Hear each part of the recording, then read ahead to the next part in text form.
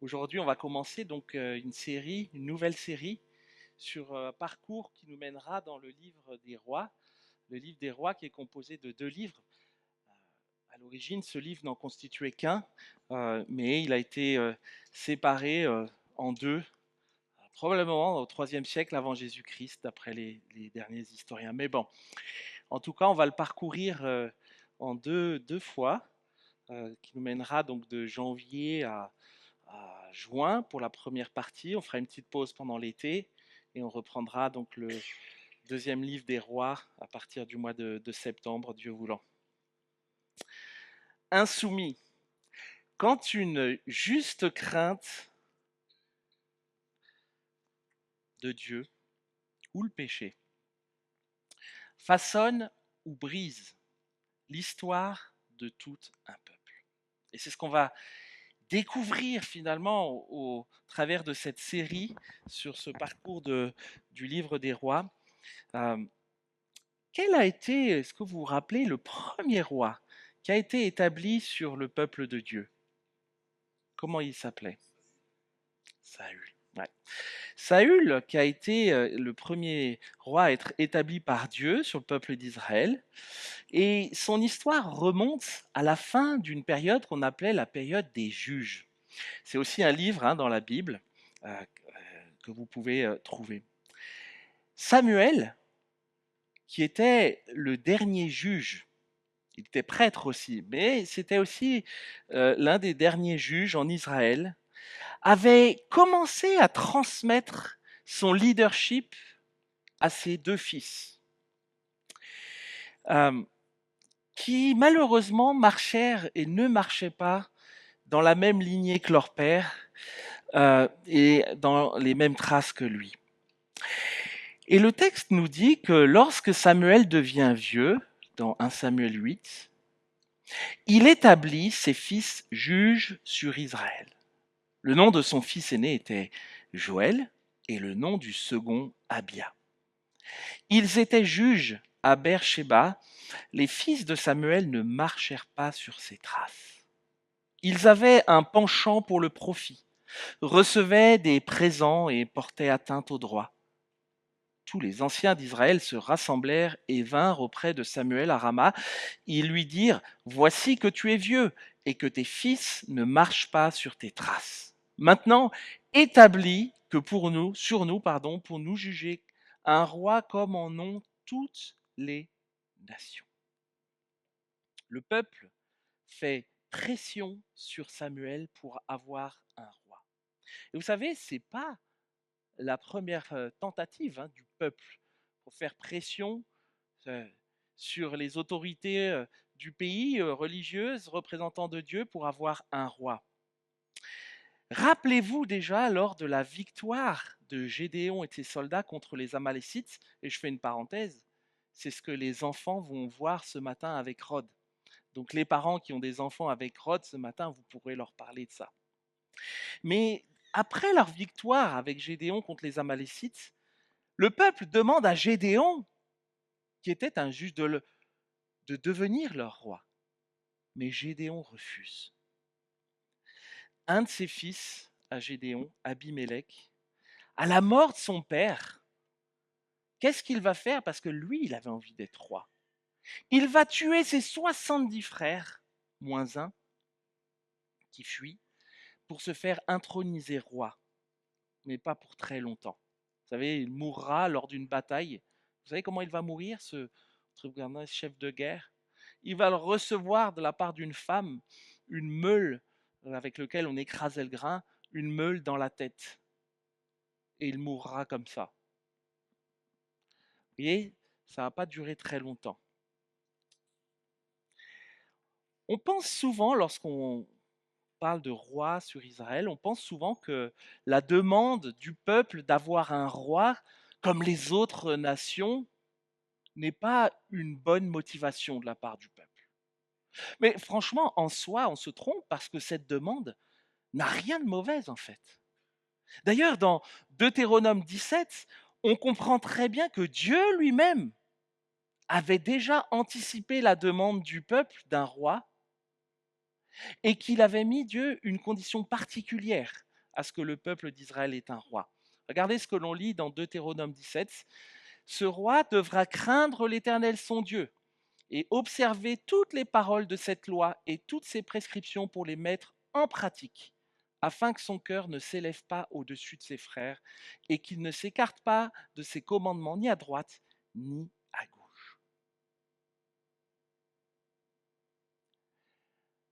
Le peuple met la pression sur Samuel pour avoir un roi. La première réflexion et réaction de Samuel, ce n'est pas de céder à la pression du peuple, mais c'est de prier. Il prie Dieu pour lui demander une direction claire. Et voici la réponse de Dieu. Dans 1 Samuel 8, si le passage vous intéresse, vous pouvez lire les versets 7 à 22, mais on va se contenter d'une seule partie. L'Éternel dit à Samuel, écoute la voix du peuple dans tout ce qu'il te dira, car ce n'est pas toi qu'il rejette, c'est moi qu'il rejette, pour que je ne règne plus sur eux. Mais bien aimé, le problème dans la demande du peuple, ce n'est pas d'avoir un roi comme les autres nations, ce n'est pas du tout ça. Le problème dans la demande du peuple, c'est qu'ils ne font en réalité plus confiance à Dieu pour les défendre contre leurs ennemis, et qu'ils ne veulent en réalité plus de Dieu comme Dieu. C'est ça le problème dans la demande du peuple pour un roi. Saül est choisi comme roi à qui l'Éternel a donné l'onction pour qu'il soit le conducteur de son héritage, de son peuple. Saül régnera 40 ans. C'est long, 40 ans. Avec un bilan plutôt désastreux. David va lui succéder. David, un roi qui, malgré son état de pécheur, est considéré comme un homme selon le cœur de Dieu. C'est d'ailleurs David qui va recevoir la promesse d'un royaume éternel. Le premier livre des rois que l'on va commencer à parcourir ce matin commence à la fin du règne de David, au début du règne de son fils, de l'un de ses fils, Salomon. Le but de ces deux livres des rois, qui couvrent une période de près de 400 ans, c'est long 400 ans, n'est pas de nous donner un récit complet de la vie des rois, le livre des Chroniques le fait beaucoup plus précisément, ni de nous expliquer ce qu'il faut faire ou ne pas faire. Le but du livre des rois, c'est de nous expliquer ce qu'il s'est passé. C'est de nous raconter ce qu'il s'est passé. Et de nous montrer comment la main de Dieu demeure malgré tout à l'œuvre dans l'histoire du peuple et de ses rois. Quand une juste crainte de Dieu ou le péché façonne ou brise l'histoire de tout un peuple. On va lire pour commencer 1 Roi, le chapitre 1, et on va lire les versets 1 à 10. Or, le roi David était vieux, avancé en âge. On le couvrait de vêtements et il ne pouvait se réchauffer. Ses serviteurs lui dirent, que l'on cherche pour mon seigneur, le roi, une jeune fille vierge. Qu'elle se tienne devant le roi, qu'elle le soigne et qu'elle couche dans son sein. Ainsi mon seigneur le roi se réchauffera. On chercha dans tout le territoire d'Israël une belle jeune fille, et l'on trouva Abishag, la Sunamite, que l'on fit venir auprès du roi. Cette jeune fille était vraiment très belle. Elle soigna le roi et se mit à son service, mais le roi ne la connut pas comme femme. Adonia, fils de Haggith, élevait des prétentions en disant « C'est moi qui serai roi ». Il se procura un char, des cavaliers et 50 hommes qui couraient devant lui. Jamais sa vie durant, son père ne lui avait fait un reproche ou ne lui avait dit pourquoi agis-tu ainsi. Adonia était en outre fort beau à voir, et il était né après Absalom. Il eut un entretien avec Joab, fils de Tserouia, et ils se rallièrent à Adonia avec le sacrificateur Abiatar. Mais le sacrificateur Tsadok, Bananiou, fils de Yehoda, le prophète Nathan, Shimaï et Réi, et les vaillants hommes de David ne furent pas avec Adonia. Adonia sacrifia du petit et du gros bétail ainsi que des veaux gras près de la pierre de Zoélet qui est à côté de un Rogel. Et il invita tous ses frères, fils du roi, et tous les hommes de Juda, serviteurs du roi. Mais il n'invita pas Nathan, le prophète, ni Béniaou, ni les vaillants hommes, ni son frère Salomon. Alors Nathan dit à Bathsheba, mère de Salomon.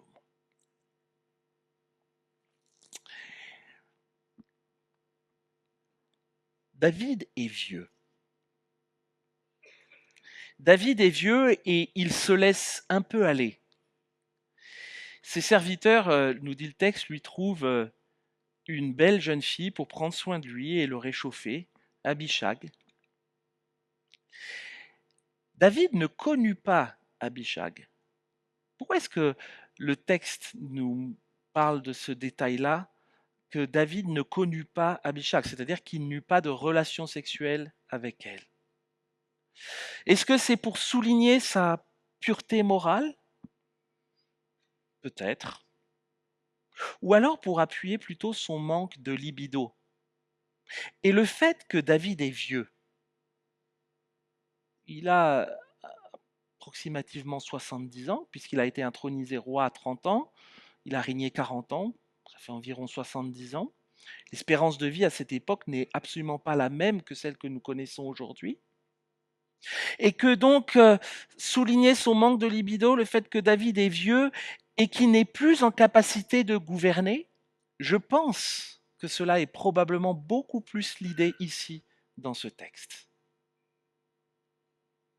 David est vieux, il a froid, sa mémoire défaille, il n'est plus en état pour gouverner un royaume et sa succession sur son trône semble très précaire, fragilisée.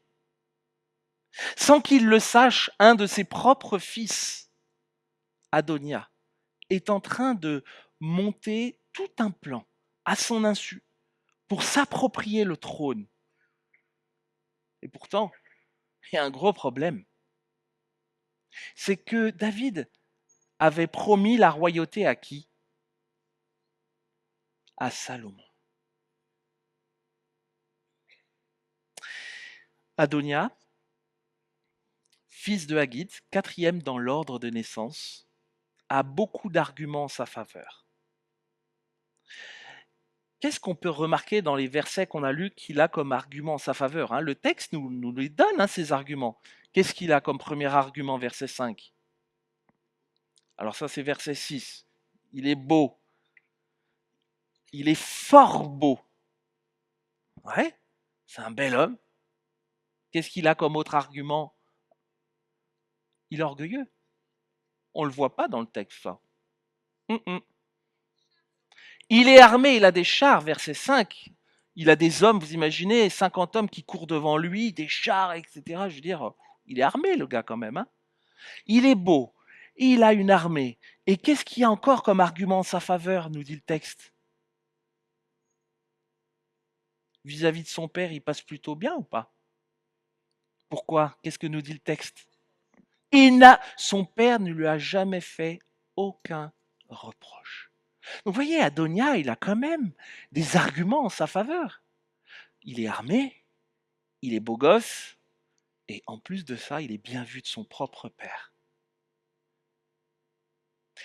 Il a d'autres arguments, c'est qu'il est bien placé aussi dans la lignée, puisqu'il est celui qui vient après Absalom. Entre Absalom et lui, il y en a eu d'autres, mais il ne précise pas.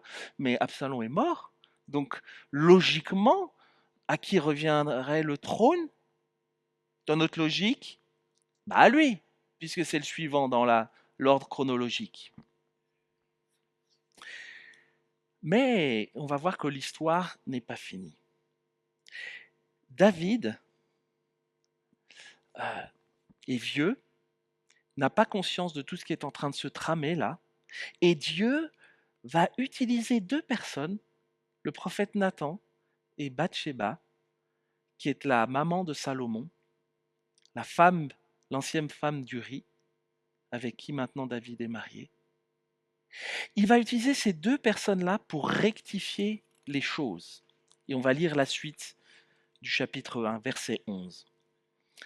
Alors Nathan dit à Bathsheba, mère de Salomon, n'as-tu pas appris qu'Adonia, fils de Haggith, est devenu roi et que notre Seigneur David ne le sait pas? Viens donc maintenant, je vais te donner un conseil afin que tu sauves ta vie et la vie de ton fils Salomon. Va, entre chez le roi David et tu lui diras: Ô roi mon Seigneur, n'as-tu pas fait un serment à ta servante en disant ton fils Salomon régnera après moi et c'est lui qui siégera sur mon trône?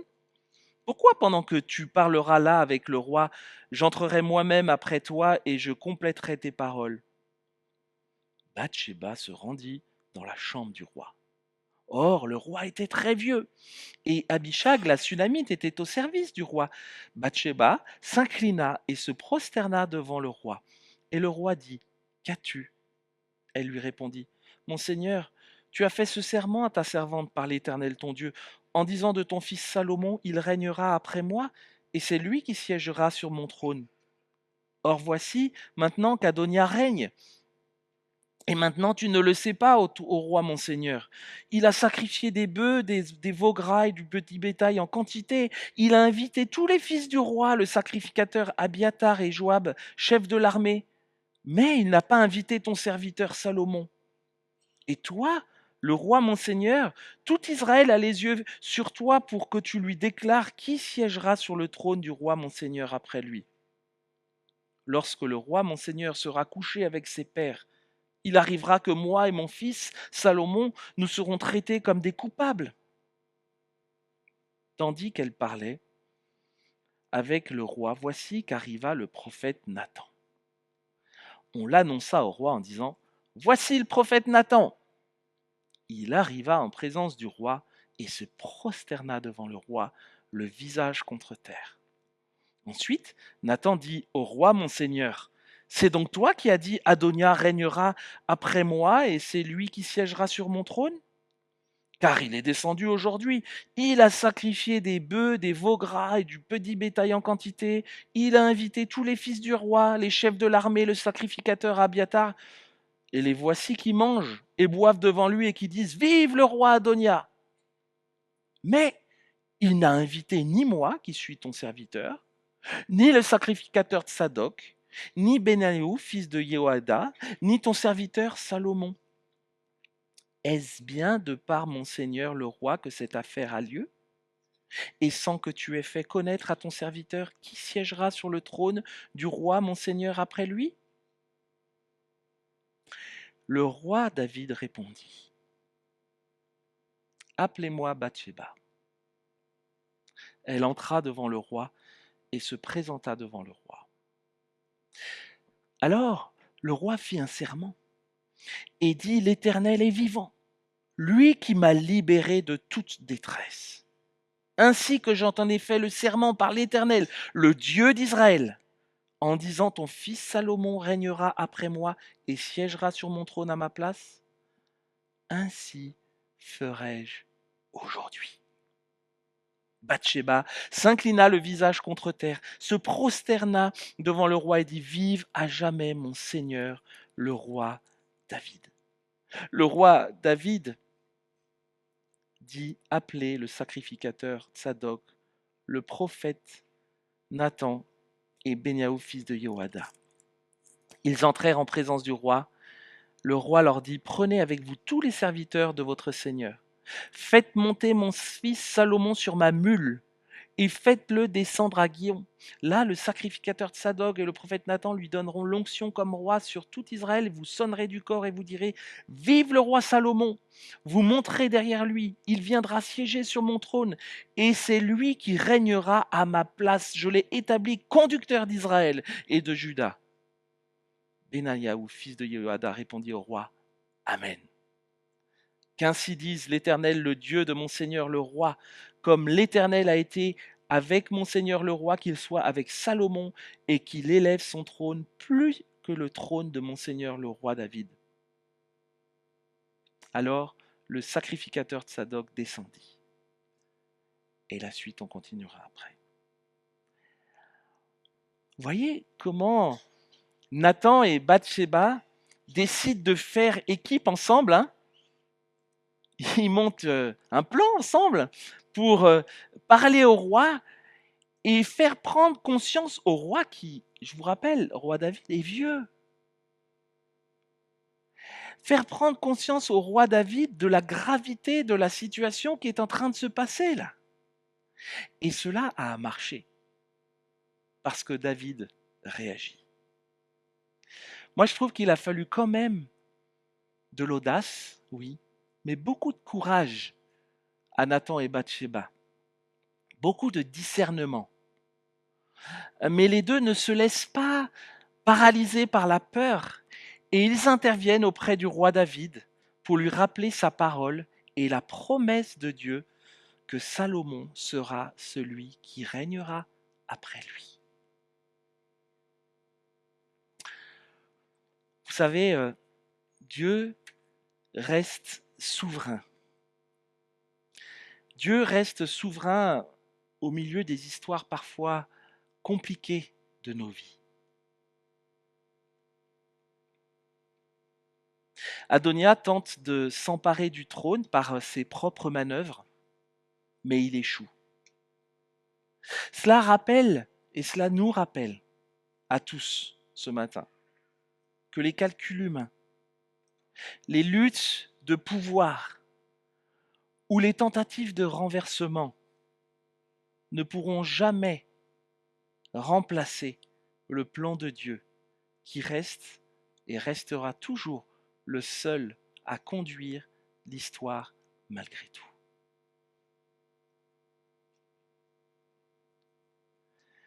Les incapacités et les angles morts du roi David, et il en avait et nous en avons tous. Pourtant, la Bible dit que c'est l'homme selon le cœur de Dieu. Hein. David est pécheur et il a ses angles morts. Mais tout ça, ça nous rappelle finalement qu'on a tous besoin d'un autre roi, Jésus. Quand on souffre, quand on est au fond du trou, c'est important de se rappeler que l'on est dans le même contexte que dans un roi là. On doit soupirer que l'ultime roi, Jésus, soit couronné et qu'il revienne. Parce qu'un jour, il reviendra. Et la Bible nous dit, attends ce jour et prions le Seigneur pour que Jésus revienne. Sagesse et courage de Nathan et de Bathsheba. Et la suite, le sacre de Salomon, de versets 38 à 40.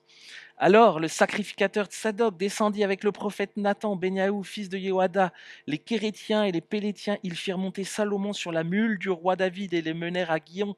Le sacrificateur Tsadok prit la corne d'huile dans la tente et donna l'onction à David.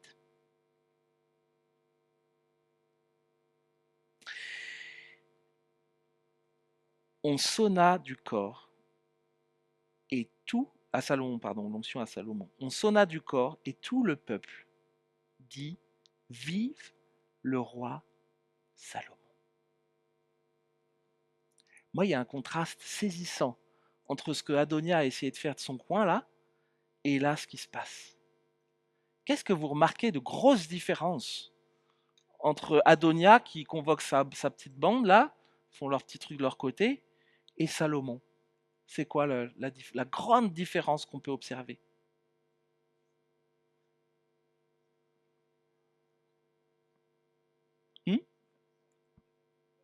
Salomon a été présenté au peuple.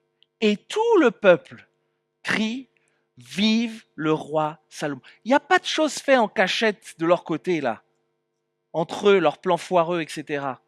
Non.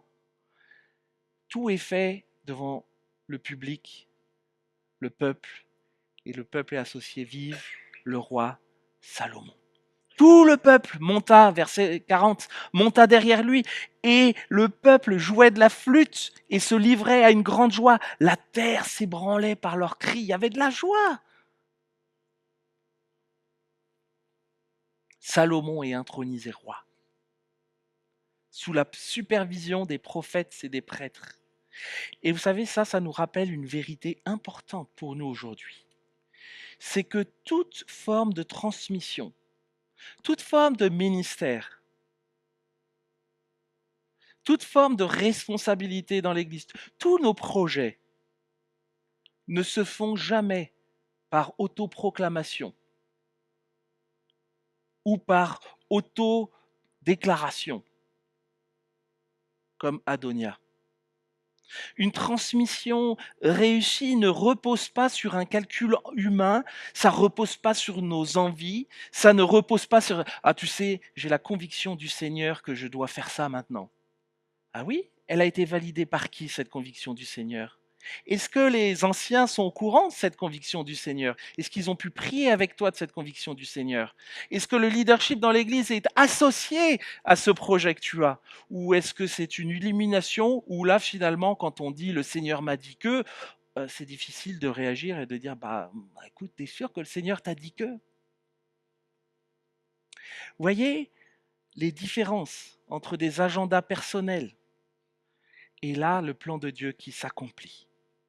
L'accession au trône par Salomon est clairement l'œuvre de Dieu. Et ce qui est incroyable, c'est que même son frère Adonia, plus tard, il reconnaîtra que ça vient de Dieu. Celui qui voulait prendre sa place, son propre frère, qui voulait lui faire à l'envers, va dire, mais je reconnais que c'est Salomon qui est là parce que le Seigneur l'a voulu. C'est fort, hein?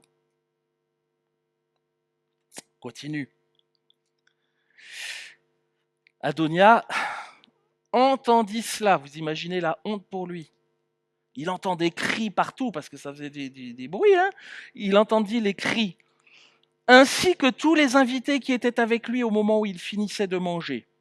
Joab, entendant le son du corps, dit « Pourquoi ce bruit dans la ville en tumulte ?» Il parlait encore lorsque Jonathan, fils du sacrificateur Abiathar, arriva. Adonia dit « Viens, car tu es un homme de valeur, et tu apportes de bonnes nouvelles. » Jonathan répondit en ces termes à Adonia, c'est-à-dire que notre Seigneur, le roi David, a désigné Salomon comme roi. Il était un peu gêné de lui annoncer ça. Le roi a envoyé avec lui le sacrificateur Tsadok, le prophète Nathan, Béniaou, fils de Jehoada, les Kérétiens, les Pélétiens, et ils l'ont fait monter sur la mule du roi.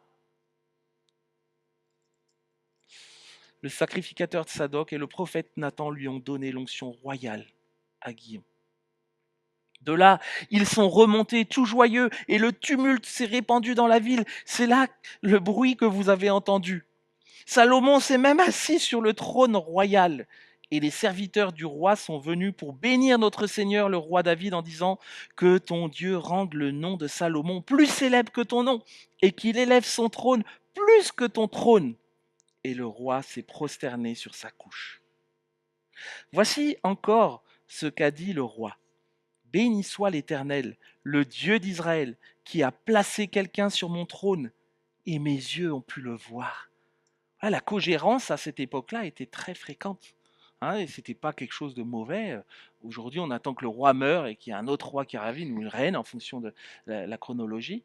Mais à cette époque, c'était fréquent que les deux pères et fils co-règnent ensemble pendant un temps.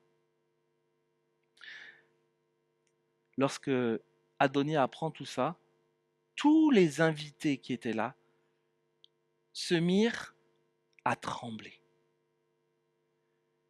Ils se levèrent et s'en allèrent chacun de son côté.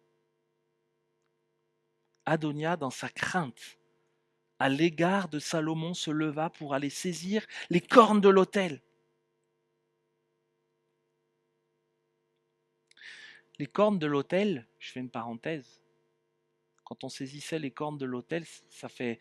Faut remonter à Exode 21 pour un peu comprendre, Exode 27, pardon, pour reprendre ça. Mais en fait, on attachait un animal à l'autel euh, dans le ah mince, j'ai oublié le terme. Dans la grande tente, voilà, on va dire ça comme ça. Merci. Et si tu pensais qu'il y avait un jugement contre toi, alors qu'est-ce que tu allais faire? Tu allais vite saisir les cornes là, et en saisissant les cornes, bah, tu appelais l'indulgence de Dieu sur ce que tu avais pu faire ou dire, etc. Et c'est ce que fait Adonia là. Adonia, il va vite saisir les cornes parce qu'il sait que ce qu'il a fait, c'est pas bon. Il le sait. Il va saisir ses cornes. Adonia est humilié, mais au fond de lui, il sait très bien qu'il a été beaucoup trop loin. Il a été beaucoup trop loin et j'imagine la honte pour lui qui s'affiche à la vue de tout un peuple là qui vient de dire vive le roi Salomon, mais aussi certainement la peur des représailles qui le saisit. Et là, il va chercher refuge auprès de l'autel.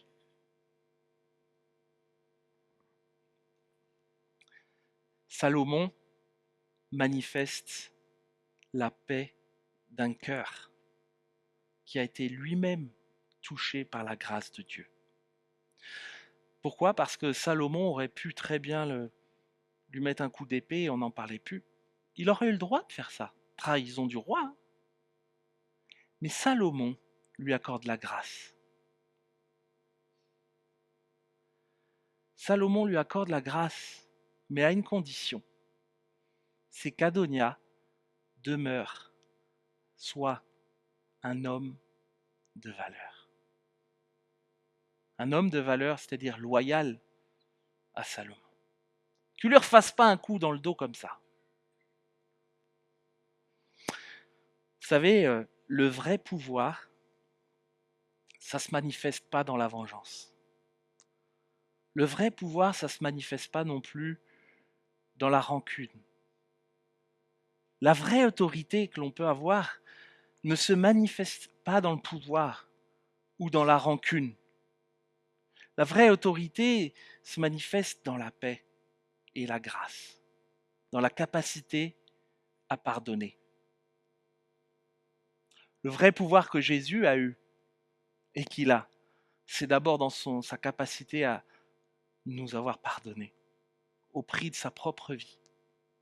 Et vous savez, dans nos relations personnelles, euh, interpersonnelles, dans nos familles, mais aussi dans l'Église, c'est le bien commun et non la rancune personnelle qui consolide la paix et l'unité dans nos relations. C'est le bien commun et non nos rancunes ou ambitions personnelles qui consolident la paix et l'unité dans nos relations. C'est ce que Salomon nous montre là. La suite. Chapitre 2. David approchait de sa fin et il donna ses ordres à son fils Salomon en disant : « Moi, je m'en vais. Où va tout ce qui est terrestre ? Sois fort et sois un homme, Salomon. Observe l'ordre de l'Éternel. Marche dans ses voies, en gardant ses prescriptions, ses commandements, ses ordonnances et ses préceptes, selon ce qui est écrit dans la loi de Moïse, afin que tu aies du succès dans tout ce que tu feras et partout où tu te tourneras, et afin que l'Éternel accomplisse la parole qu'il a prononcée sur moi. Si tes fils prennent garde à leur voie, en marchant dans la vérité devant moi, de tout leur cœur et de toute leur âme, tu ne manqueras jamais d'un successeur sur le trône d'Israël. Tu sais bien ce que m'a fait Joab, fils de Tseroua. C'était le général d'armée de David. Ce qu'il a fait à 2 chefs des armées d'Israël, à Abner, fils de Ner, et à Amasa, fils de Yéter, il les a tués. Il a versé pendant la paix le sang de la guerre, et il a mis le sang de la guerre sur la ceinture qu'ils avaient aux reins et sur la sandale qu'ils avaient aux pieds. Tu agiras selon ta sagesse, et tu ne laisseras pas ses cheveux blancs descendre en paix dans le séjour des morts.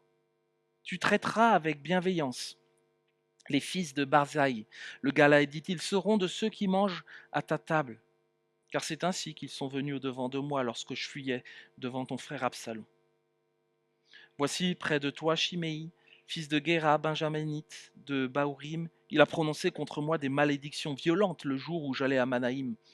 Mais il descendit à ma rencontre vers le Jourdain, et je lui fis un serment par l'Éternel, en disant: je ne te ferai pas mourir par l'épée. Maintenant ne le laisse pas impuni, car tu es un homme sage, et tu sais comment tu dois le traiter. Tu feras que ses cheveux blancs descendent ensanglantés dans le séjour des morts. David se coucha avec ses pères, et il fut enterré dans la cité de David. Le temps que David régna sur Israël fut de 40 ans. À Hébron, il régna 7 ans, et à Jérusalem, il régna 33 ans. David fait ici ses, ses dernières instructions à son fils Salomon. Il veut certainement que Salomon ne commette pas les mêmes erreurs que lui. Et le roi David laisse à son fils Salomon des instructions en forme de dernières recommandations pour toi et pour ta vie. Sois fort et sois un homme. Observe l'ordre de l'Éternel ton Dieu, en marchant dans ses voies et en gardant ses prescriptions et ses commandements, ses ordonnances et ses préceptes, selon ce qui est écrit dans la loi de Moïse, afin que tu aies du succès dans tout ce que tu feras et partout où tu te tourneras. David transmet à Salomon une sorte de testament, des recommandations que tous les papas devraient transmettre à leurs enfants, et particulièrement à leurs fils, s'ils en ont. David ne transmet pas seulement le trône, l'accession au trône, mais il transmet une foi, sa foi en Dieu. À nous les aînés, à nous les parents, que transmettons-nous à nos enfants, aux plus jeunes? Des traditions, des principes, ou lorsque nous l'avons vu il y a deux ou 3 semaines, ou alors lorsque nous leur transmettons des convictions de foi? À tous les hommes et les jeunes ados qui sont dans cette salle ce matin, moi j'aimerais vous dire, soyez forts, soyez des hommes, craignez Dieu, observez l'Éternel, ses commandements, ses préceptes, ses recommandations. J'ai dit cette semaine à mes enfants que c'est la seule chose que j'aimerais qu'ils retiennent de ma vie lorsque je partirai, ces phrases-là pour leur vie à eux. Soyez forts et soyez des hommes selon la crainte du Seigneur.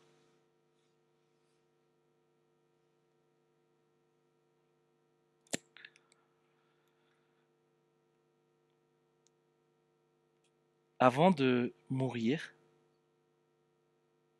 David termine ses recommandations en mettant en garde Salomon contre plusieurs personnes, notamment Joab et Chiméi. Et David fait clairement comprendre à Salomon que s'il ne change pas radicalement, ces 2 personnes-là et d'autres seront une réelle menace pour son règne. Et David met en garde son fils et l'encourage à beaucoup de sagesse et de discernement. On ne va pas lire la suite, je vais la résumer pour vous. Mais on peut se demander dans la suite du chapitre 2, les versets 12 jusqu'à la fin du chapitre 2, si on n'assiste pas à une sorte de règlement de compte à la cour. Le chapitre 2, le verset 12 nous dit que Salomon, une fois que David était mort, Salomon siégea sur le trône de son père David, et son règne fut tout à fait affermi. Le règne de Salomon fut tout à fait affermi, et pourtant on assiste du verset 12 à la fin du chapitre 2 à une série de ce qu'on pourrait peut-être parfois considérer comme des assassinats politiques. Mais lorsqu'on étudie le texte d'un peu plus près, et en tenant compte du contexte de ce que David vient de transmettre à son fils au début du chapitre 2, on se rend compte qu'il ne s'agit en fait en rien de règlement de compte, mais plutôt d'instruction d'un père à son fils, demandant la sagesse divine dans son application. Le premier, c'est Adonia, le frère de David, le frère de Salomon, pardon, le fils de David, quatrième. Qu'est-ce que David, vous vous rappelez? Qu'est-ce que David lui dit lorsqu'il décide de lui faire grâce pour sa trahison? Sois un homme de valeur. Sois un homme de valeur. Et pourtant, dans la suite du chapitre 2, on apprend que Adonia, n'a pas eu une expérience ou n'a pas encore compris la leçon qu'il devait comprendre à ce moment-là, et qu'il va élaborer encore un plan foireux, et qu'il va essayer de mettre Bathsheba dans ce plan-là, sa maman, enfin la maman de Salomon, et dire voilà, tu sais, Abishag, la Sunamite, elle est très belle. Elle est seule maintenant hein, que mon père David est mort. Moi, je voudrais bien m'en occuper. J'aimerais bien que ce soit ma femme. Et il va donc dire à Bathsheba, écoute, j'ai qu'une seule demande à faire au roi Salomon. Est-ce que tu pourrais m'aider? Toute naïve qu'elle est, elle dit, bah oui, je vais t'aider. Elle va voir son fils, Salomon. Et puis elle lui dit, voilà, tu sais, ton frère, il aimerait bien que Abishag devienne sa femme. Tu peux quand même lui donner maintenant que ton père David est décédé.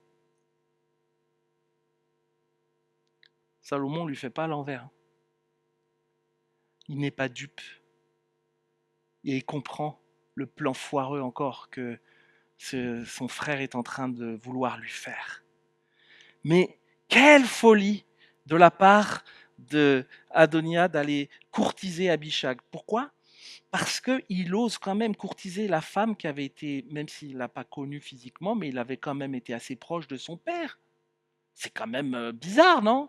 Votre père décède et vous allez courtiser vous êtes son fils, vous allez courtiser sa femme. Enfin, c'est bizarre comme relation.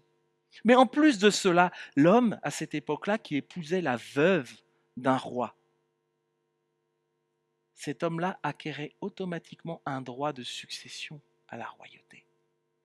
Vous commencez à comprendre où est-ce qu'il voulait aller, notre ami Adonia, encore? Et sa qualité de fils aîné lui donnait déjà certains droits au trône, comme on l'a dit. Mais avec son mariage avec Abishag, ça lui faisait un tapis rouge pour encore prétendre à la royauté. Le mec, il n'avait toujours pas compris. David, lui, l'a compris, il n'est pas dupe. Salomon, pardon, il l'a compris, il n'est pas dupe. Et il ordonne sa mise à mort. Un en moins. La suite vient le prêtre Abiathar, avec qui Joab a aidé Adonia dans sa précédente tentative de prise de pouvoir. Là, Salomon est beaucoup plus sympa, c'est qu'il le destitue de son ministère en accomplissement d'une parole que Dieu avait prononcée. On retrouve ça dans 1 Samuel 2. Et puis c'est le tour de Joab, neveu du roi David, chef d'armée, modèle et fidèle à David, mais moralement sans scrupules. Par pure vengeance, il tuera Abner. Abner, c'était le chef des armées de Saül. Ah, il ne veut surtout pas de concurrent avec lui. Hein. Un coup d'épée. Mais difficile certainement pour David de juger Joab à ce moment-là. Pourquoi? Conflit de loyauté. Joab était celui à qui David a dit, écoute, tu sais, Bathsheba, voilà, j'ai couché avec elle. Maintenant, il va falloir que son mari meure parce que sinon, il va y avoir un problème. Alors tu vas le mettre aux premières lignes hein, dans la guerre, comme ça il va mourir. Et Joab, c'est ce qu'il a fait. Il s'est exécuté.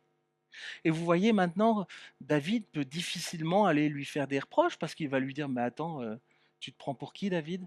T'as regardé ta vie, toi, avec moi? Ce que tu m'as enseigné et demandé? Difficile pour David de le juger. Et en fin de compte, c'est le rôle joué par Joab dans le soutien à Adonia qui donne à Salomon une raison de signer son arrêt de mort. Chut, un autre éliminé. Et enfin, Shimei. Shimei, qui est un personnage sans pitié qui, au moment où David était au plus bas, vous savez, vous êtes déjà enfoncé sous terre, mais le gars, il est enfoncé sous terre, mais on continue. Et ce gars-là avait continué à poursuivre David, qui était déjà sous terre, au plus bas, au plus bas, au plus bas, en le maudissant et en lui jetant des pierres. Salomon lui laisse la vie, mais lui dit, tu seras assigné à rester dans cette ville et à ne pas quitter cette ville.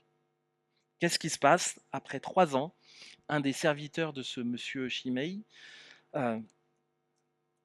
fait la malle. Et qu'est-ce qu'il veut faire, Shimei? Eh bien, il va aller le rechercher. Et il selle son âne, il quitte la ville, qui s'appelle, et il part à Gad pour chercher son serviteur. Salomon l'apprend, le convoque, tu as désobéi, terminé, mort. Règlement de compte à la cour, point d'interrogation. On peut se le demander, hein. Mais en fait, en exécutant Joab et Shimei, Salomon suivait les conseils du roi David, qui lui disait « Agis selon ta sagesse, mais ne laisse pas descendre sa tête grise en paix dans le séjour des morts. » Ou au verset 9 du chapitre 2, « Ne le laisse pas impuni, car tu es un homme sage, Salomon. Tu sauras ce que tu dois lui faire, et tu feras descendre sa tête grise avec du sang au séjour des morts. » Ouais, David a quand même donné des ordres assez clairs, hein, et Salomon, avec sagesse, les mettra en œuvre. Tout cela suggère que l'auteur veut que nous considérions ces exécutions comme une application légitime de la loi, plutôt que comme des manœuvres politiques néfastes. D'ailleurs, vous savez, entre les 2 versets qui encadrent toutes ces exécutions, ces règlements de compte, disent la même chose. Regardez le verset 12. Salomon siégea sur le trône de son père David et son règne fut tout à fait affermi. Après, on a tous les exécutions. Et à la fin du chapitre 2, qu'est-ce que dit la fin du chapitre 2?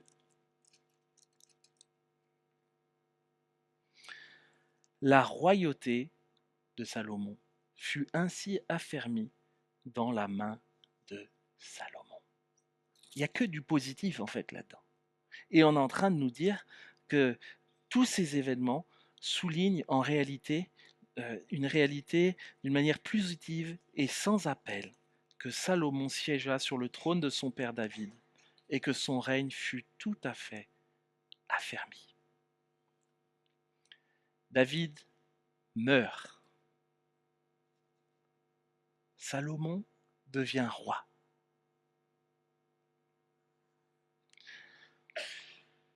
Mais cela ne doit pas nous faire oublier que le couronnement du roi des rois, le véritable, fils de David, ça n'est pas Salomon, mais c'est le Seigneur Jésus. Ainsi, lorsque nous lisons ce récit un peu de succession, j'ai été frappé encore de voir des ressemblances avec ce qui s'est passé lorsque Jésus est arrivé, lorsqu'il est monté dans Jérusalem, lorsque Siméon le voit. Est-ce que vous avez remarqué ces ressemblances? Salomon est intronisé roi et il monte sur la mule, toute la foule est en liesse. Jésus monta sur un ânon, la foule en liesse. David, on lui dit qu'il a eu la joie de voir de ses propres yeux son successeur. Siméon dira, j'ai eu la joie, comme je l'ai demandé au Seigneur, de voir de mes propres yeux le Messie promis, Jésus.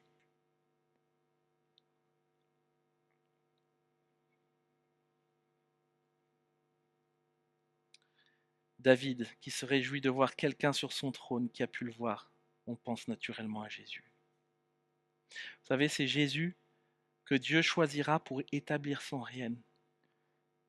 Bien que contrairement à d'autres, Jésus n'a absolument pas cherché les honneurs.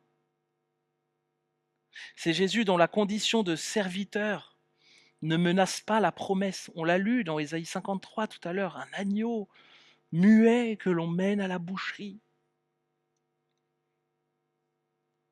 Jésus a été celui qui a parfaitement obéi à la loi de Dieu.